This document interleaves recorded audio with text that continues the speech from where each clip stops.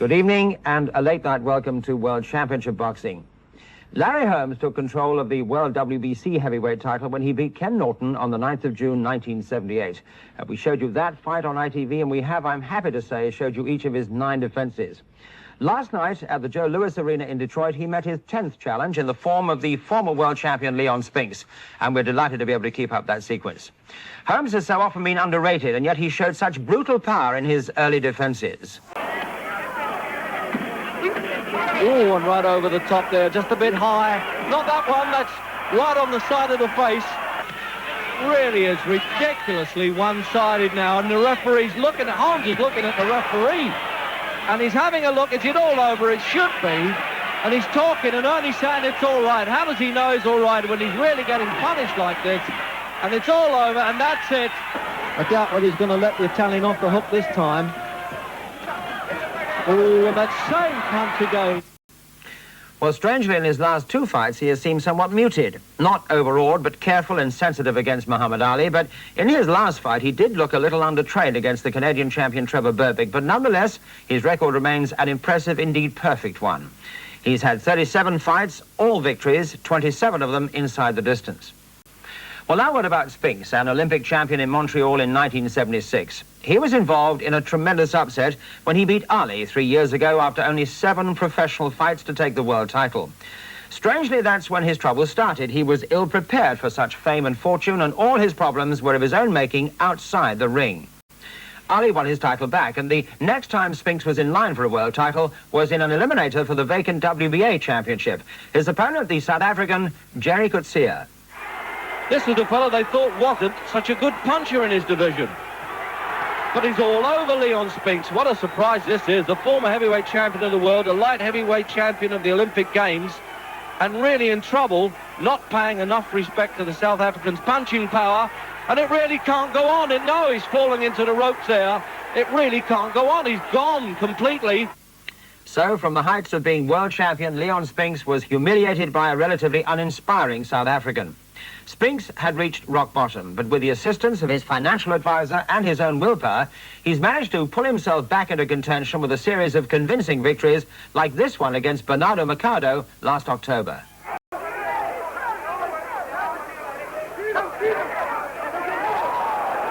done him again with a left hook, and this could be it now for Leon Spinks. This is his chance to get back into the big time.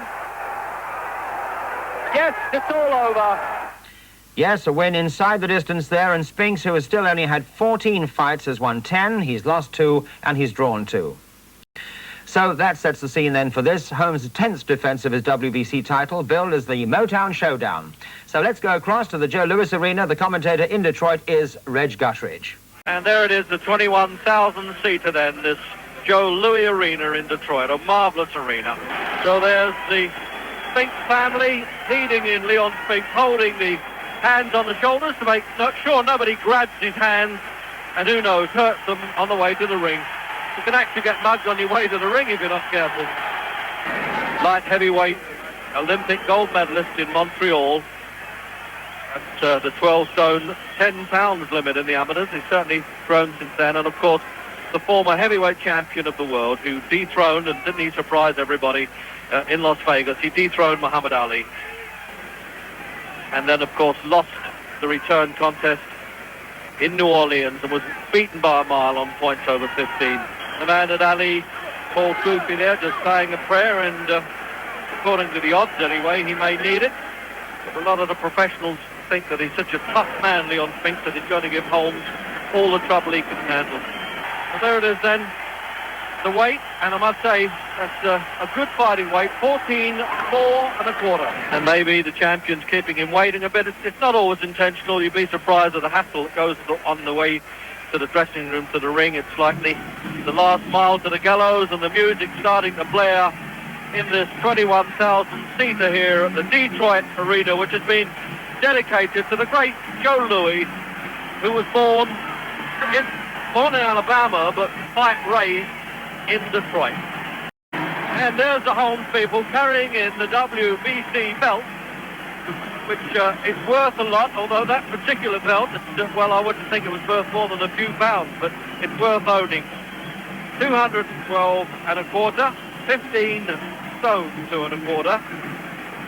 And he weighed, that's just a pound heavier than he weighed when he defeated Muhammad Ali last October. So he's in good shape because he's 3 pounds lighter than when he fought Trevor Berbick recently.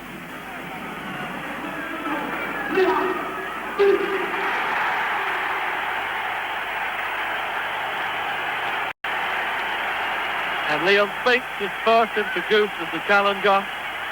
In the red corner, he weighed in today at 212 1/4 pounds. From Easton, Pennsylvania, the undefeated Easton Assassin, the WBC Heavyweight Champion of the world, Larry Holmes. Well, in fact, it was Spinks who got the bigger cheers because he's now resident in Detroit.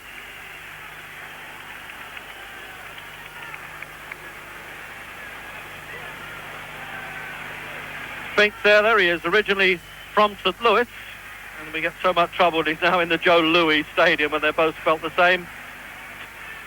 And the referee, just calling him in there, Richard Steele from Los Angeles, a former fighter himself, and a good one, and a good referee too. Set for 15 rounds in WBC Heavyweight Championship.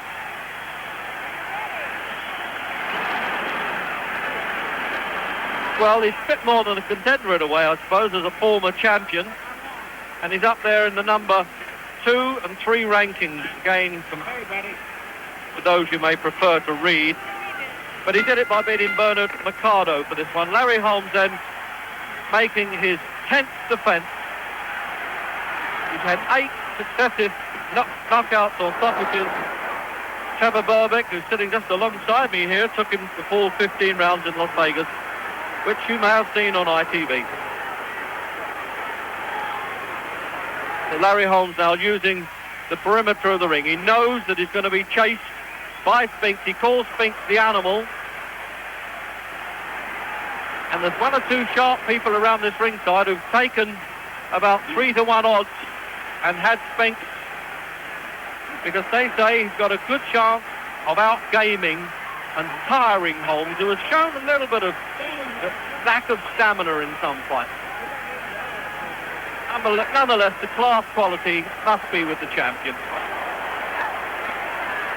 And Spinks, as we know, is not the hardest of heavyweights to hit. Jerry Katia knocked him out in a round. And when you think he won the World Championship in only his 8th fight,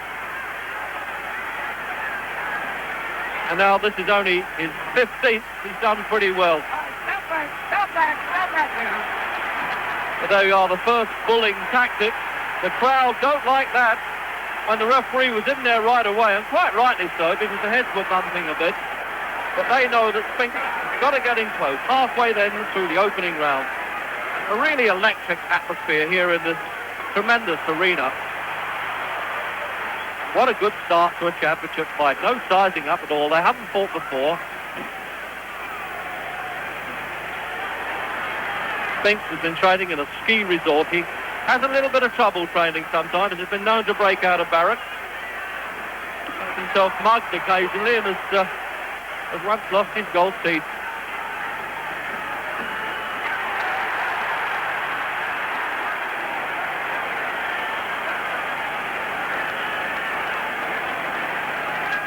Well, he might be short on skill, Spinks, but when it comes to heart, he's as big as anybody in the fight business.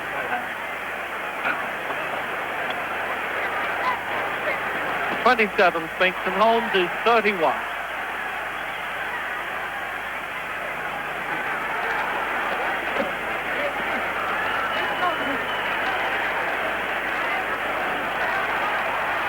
That long right hand of Holmes is a good punch there. He does some damage with that.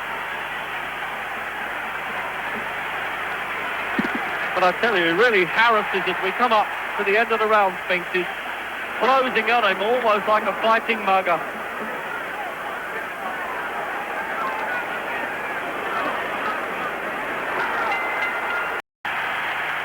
Second round, and really such a fast pace in the opening round. You can't see this going 15. And if it is, they'll have to slow down a bit, I'm sure. You think of the bulk of these heavyweights, they're pushing it a bit.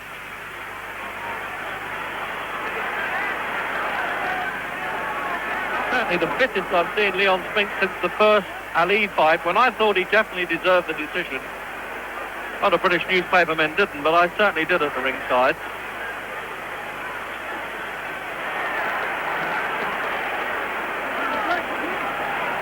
The referee catching a punch or two himself if he doesn't get in quicker. A lot of American referees in America don't call break, they merely go in and maul them out. It's a bit risky.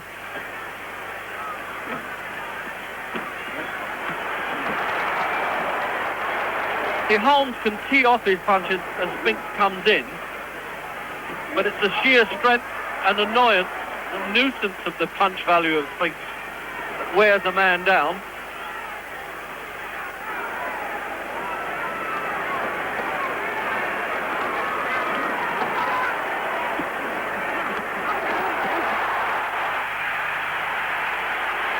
Well, Larry Holmes had a few rough rides before. Ernie Shavers had him on the deck. He wobbled a bit with Mike Weaver, whom he defeated, and then he got up and defeated Shavers, and he may have to come from behind and fight his heart out for this one.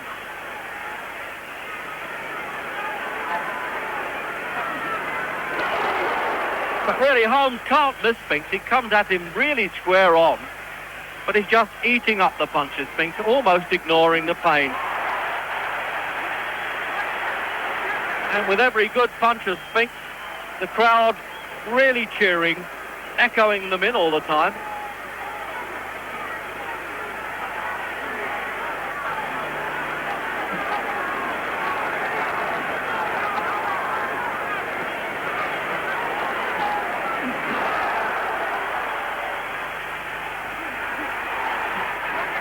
Well, the tactics of Spinks, they really are obvious. He's got to try and tire Holmes out. And really, if the champion's lost any appetite for the business, this is the perfect style opponent for him. But he still represents that little bit of extra class, doesn't he, in the last 30 seconds. And I think the bell was accidentally struck there.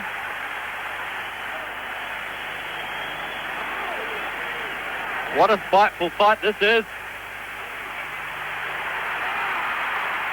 And there it is, Holmes having to fight his way out in Spinks' corner. He can't hit and run the whole time. Coming up, round 3, and what a pace for a heavyweight championship. There's no doubt that back in those so-called good old days, especially in the bare-knuckle period, they stood and looked at each other for long periods, which is why you had fights lasting 45 rounds. But like everything else in life, it's got a lot quicker, the fight game.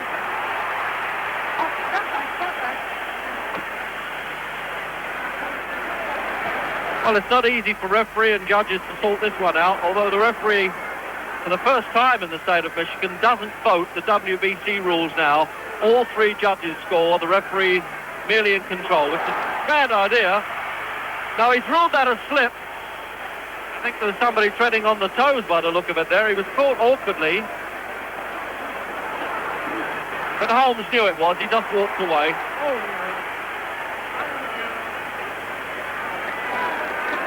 Well, I tell you, how do you stop a freight train coming at you? Because that's what Spinks is.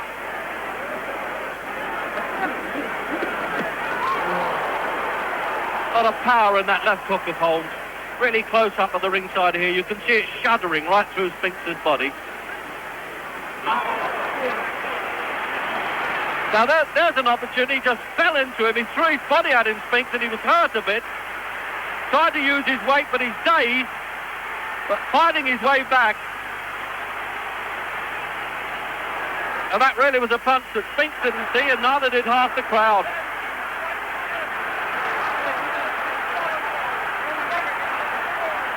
We'll talk about a challenge of trying to fight his way bravely out of trouble. He's having to do it here in the 3rd round, and he's got to go down.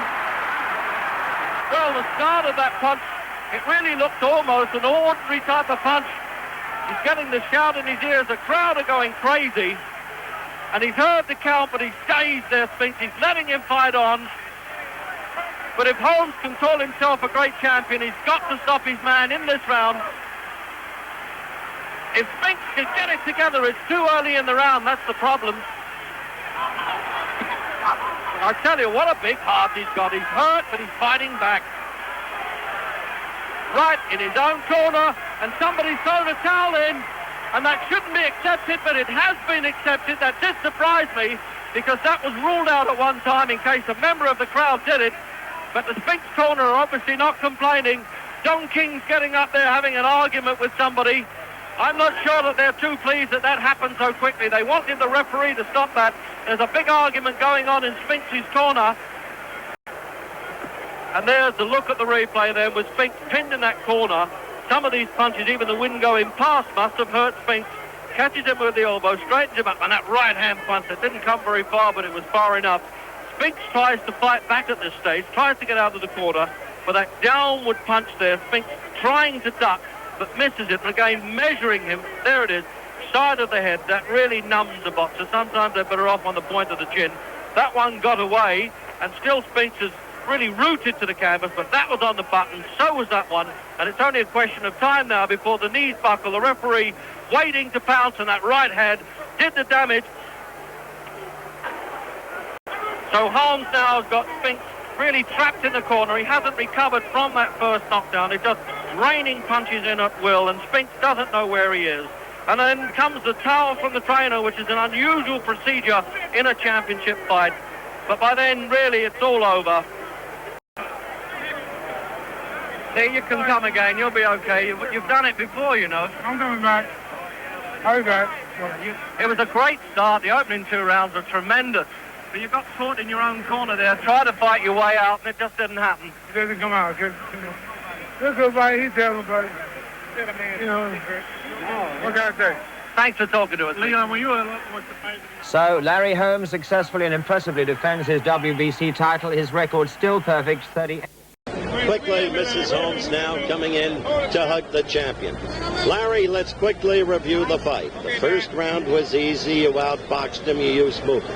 What happened in the second round when he seemed to have you A, rattled, and B, angry? Well, first, before I explain that, Howard, I would like to say happy birthday to my daughter, Lisa. Hi to Misty and my daughter, Belinda. I want to say hi to all of them, Reverend Jesse Jackson, Reverend Jacobs, all my friends at round 1. And don't forget to take care of your bartenders and waitresses.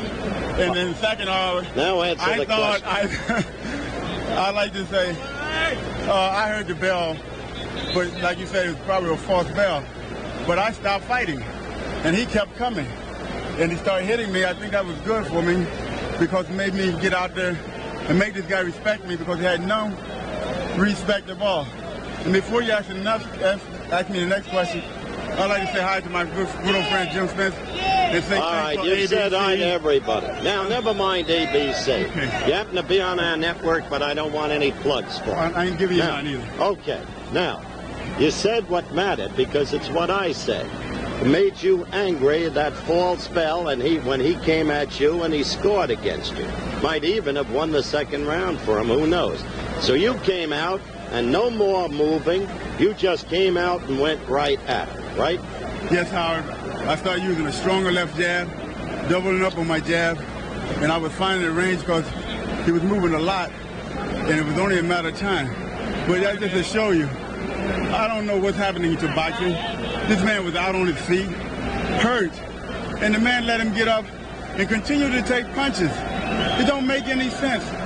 And I'm just glad that nothing happened to Leon, because I think he's a hell of an athlete. All right, he deserves all the credit. Hate to interrupt you. What I want to do now is show you that final round and show me where you thought the fight should have been stopped. Okay, Howard. You were out in the middle of the ring waiting for him. Challenging, right there. Challenging. Come on, Leon. I'm stronger, I'm bigger. I don't have to move from you. Come on in. He says fight told me. It's a fight. So we fought. And you started quickly getting that left right jab in. Left hand after the right hand. Follow. My brother Jakey predicted the third round with a right hand again. So Leon wanted to get me on the ropes and try to work. He started very fast. And I knew it would be a matter of time because he'll run in to punches because he was running into punches very early. But you spun off the ropes and now back to ring center. And then the way it wound up, You had Leon on the ropes. Yes. That was a slip. There you pushed him off. That was a proper call. Right. Then he came charging and ran into a right hand. See, all his punches he thrown was blocked. Picked off very well, I must say. That you did. And he started throwing, and he ran right into a right hand. See, I was doubling up left hook and right hand, too. That's right. The left to the belly and then up to the head. You doubled on the left. Very good. Now you begin to get it. There's that right. That's the right hand. That was the right hand. But step in. Right there, you knew he was hurt. Yeah. That's when you stood flat-footed, measured him with the left, and teed off with the right. Hand right there. See, he's hurt. There's another right to the body. There's another. Another right hand. Because I knew he was hurt. He was hurt right there. They didn't. I knew it. I said, stop the fight. Stop the fight. All right, Con, please let Larry talk. And he went down. He was hurt. I didn't think he was going to get up. Now you thought it should have been stopped. Yes, now. I didn't think he was going to get up.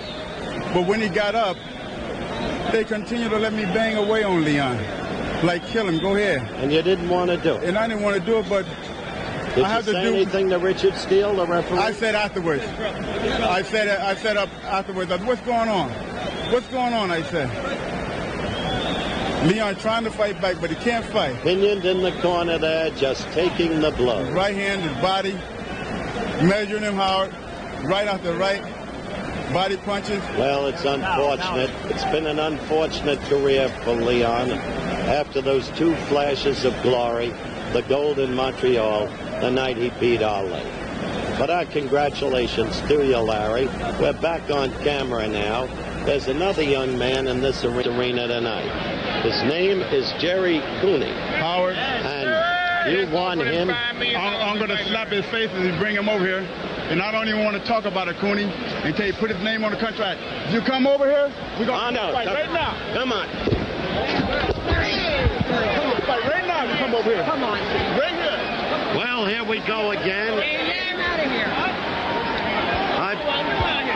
Come over here. I'm going to fight him right now. No. Wow.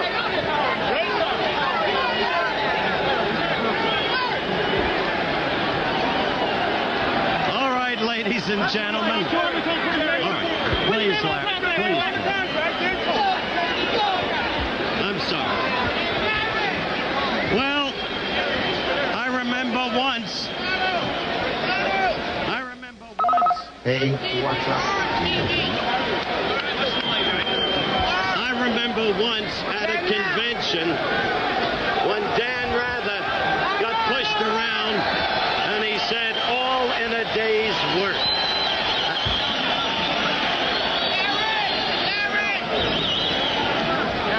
So that's all in a day's work. I shall wipe my mouth and we'll be back at ringside in just a moment.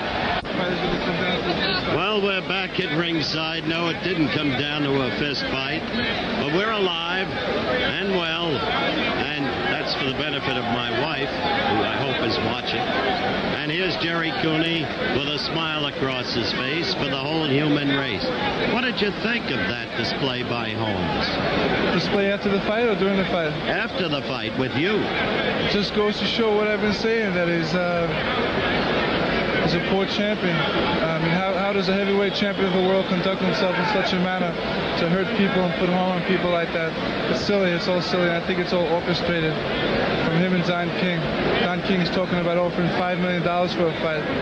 He offered $5 million after I was signed to fight Mike Weaver in October. What was your view of Holmes' performance tonight? I thought he looked well. I think that Leon came out, tried to gain the respect. I think Larry Holmes hurt him, but I was watching in the corner. I was shooting pictures, and Leon's corner couldn't see Leon's eyes, and they must have thought he was hurt, more hurt so than he was. But I saw his eyes. His eyes were clear. He was just trying to survive. But referee, the towel had nothing to do with the stoppage of the fight. Referee Steele told me he stopped it on his own. Right. Well, I guess in his opinion, he was the man doing the work out there, so he must have seen things that you and I could not see. Did Holmes' display with you make you want him more than ever? Well, we're going to fight. Right now, don't look past any fights. I'm fighting Mike Weaver, so I don't like to look past. I like to take each fight as it comes. I love to be a fighter. I'm happy to be from America, and I just want to keep on fighting, keep learning, and do the best I can and to attempt my goal as heavyweight champion of the world. I want to tell you something. You're conducting yourself beautifully. A lot of class. I'm glad you were here tonight in spite of the incident. It's okay, but... Only thing I wish, it had been your lip that was cut instead of mine. You can understand. And so, talk with Jerry Cooney, who's in the arena. So an early and edgy meeting between the champion and the man who finished off Ken Norton in just 54 seconds, Jerry Cooney. Could he be Holmes' next opponent in the ring? Well, last night it was reported that the promoter, Don King, offered Cooney $5 million to face the champ. But Cooney says he has a fight arranged already with the WBA champion, Mike Weaver. Bob Sheridan asked King what was happening. Well, what it is just ludicrous. It's only a machination. I think that he got to recognize and realize the fact that fighting Weaver is just the way out. He's dodging the real issue. The issue is the heavyweight championship, which is Larry Holmes, who knocked out Weaver in Madison Square Garden. So Weaver's really not a champion. So therefore, he said he don't respect Larry. We're not asking him to respect or like or dislike. What we asking him to do is to fight. And both of them go to the bank. We're not dealing in semantics and what you want to do with who likes who and the amenities. We're talking about a prize fight. He's 24-0. He's got a devastating punch. He just annihilated an old man named Ken Norton. Now it's time to come and take on the real heavyweight champion of the world and test his mettle. And then he can do two things in one night. He can prove that he's one of the best heavyweights in the world at the same time simultaneously because